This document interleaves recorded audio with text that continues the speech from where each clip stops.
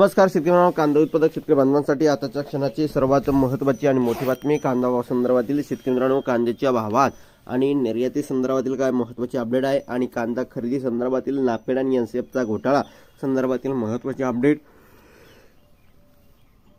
बातमी आपण या व्हिडिओच्या माध्यमातून जाणून घेण्याचा प्रयत्न करावा। तरी महाराष्ट्रातील तमाम कांदा उत्पादक शेतकरी बांधवांना एकच विनंती, व्हिडिओ शेवटपर्यंत बघा। अतिशय महत्त्वाचा व्हिडिओ जर आवडला तर नक्कीच लाईक करा। सांगा तुम्ही चॅनलवरती नवीन असाल तर या ठिकाणी बघितलं तर माझा शेतकरी यूट्यूब चॅनलला सबस्क्राईब करायला विसरू नका। चला तर मित्रांनो, व्हिडिओला सुरुवात करतो आहे।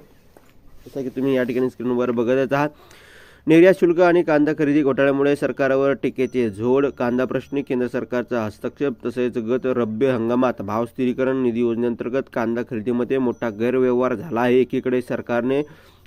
एकीकडे शेतकऱ्यांचे कोट्यवधी रुपयाचे नुकसान झाले, तरी दुसरीकडे कांदा खरेदीत काही नेते व त्यांच्या संबंधित व्यापारी असल्याने समोर आले आहे। त्याचमुळे भाजप व केंद्र सरकारच्या टीकेने धनिक झाले आहे।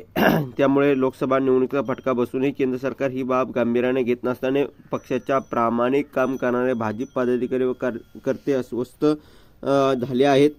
आहेत। त्यामुळे कांदा निर्यात शुल्क व खरेदी गैरव्यवहार यात लक्ष घालण्याची मागणी सातत्याने होत आहे। गत रब्बी हंगामात झालेली उन्हाळी कांद्याची खरेदी केंद्र सरकार बदनाम करणारी ठरली।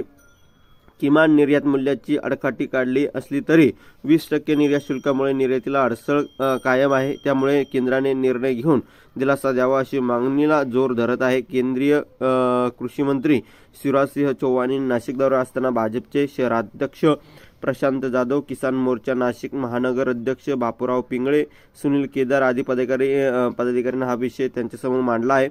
ही महत्त्वाची अपडेट आहे जी तुमच्यापर्यंत पोहोचली। व्हिडिओ जास्तीत जास्त शेअर करा आणि कांदा उत्पादक शेतकरी बांधवांपर्यंत हा व्हिडिओ नक्की शेअर करा। धन्यवाद। लाईक शेअर आणि सबस्क्राईब